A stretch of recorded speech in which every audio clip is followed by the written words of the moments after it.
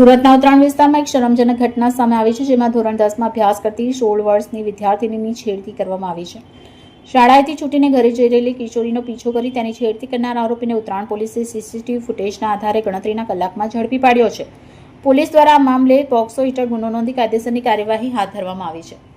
સુરતના ઉત્તરાયણ વિસ્તારમાં રહેતી 16 વર્ષની સગીરા નિયમ મુજબ પોતાની શાળાએથી અભ્યાસ પૂર્ણ કરી ઘરે પરત ફરી રહી હતી. દરમિયાન રત્ન કલાકાર તરીકે કામ કરતા સંદીપ ગૌટી નામના શખ્સે વિદ્યાર્થીનીની છેડતી કરી. અચાનક બનેલા ઘટનાથી વિદ્યાર્થીની ગભરાઈ ગઈ અને તાત્કાલિક ઘરે પહોંચી પરિવારના સભ્યોને આ હકીકત જણાવી. દીકરી સાથે બનેલા ઘટના સાંભળી પરિવાર સ્તબ્ધ થઈ ગયો હતો. વિદ્યાર્થીનીની માતાએ હિંમત દાખવી આ મામલે ઉત્તરાયણ પોલીસ સ્ટેશનમાં ફરિયાદ દાખલ કરાવી. ફરિયાદ મળતાની સાથે પોલીસે બનાવની ગંભીરતાને સમજી આરોપી સંદીપ ગૌટી સામે પોક્સો એક્ટ હેઠળ ગુનો દાખલ કર્યો. ઉત્તરાયણ પોલીસ દ્વારા આરોપીને પકડવા માટે અલગ અલગ ટીમ બનાવવામાં આવી અને વિસ્તારના તમામ સંભવિત માર્ગોના સીસીટીવી ફૂટેજ તપાસવાની કામગીરી શરૂ કરવામાં આવી.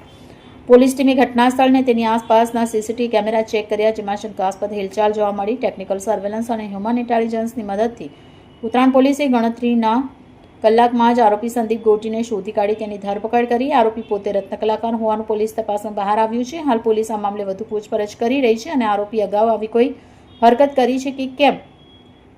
શહેરમાં દિન પ્રતિદિન બનતી છેડતીની ઘટના વાલી માટે ચિંતાનો વિષય બની છે. જોકે ઉત્તરાયણ પોલીસે જે રીતે ત્વરિત કાર્યવાહી કરી આરોપીને જેલના સળિયા પાછળ ધકેલ્યો છે, તેનાથી સ્થાનિકોમાં પોલીસ પ્રત્યે વિશ્વાસ વધ્યો છે.